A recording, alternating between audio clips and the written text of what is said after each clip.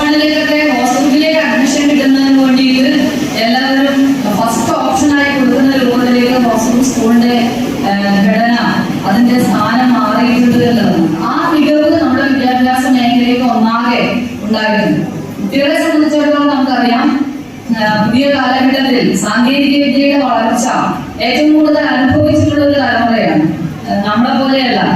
നമ്മുടെ ഭയങ്കര സംഭവം ഓരോരുത്തർ പറയുമ്പോഴാകും ഇങ്ങനെ നമ്മൾ പാട്ട് സ്കൂൾ പഠിക്കുമ്പോ ഒന്നും ഉണ്ടായിട്ടില്ല എന്ന് പറഞ്ഞാൽ അവനവന്റെ വ്യക്തിപരമായ ദാരിദ്ര്യം ഉണ്ടായിരുന്നു. അതോടൊപ്പം തന്നെ സ്കൂളിന്റെ ദാരിദ്ര്യം നമ്മൾ പറയുന്നു അല്ലേ.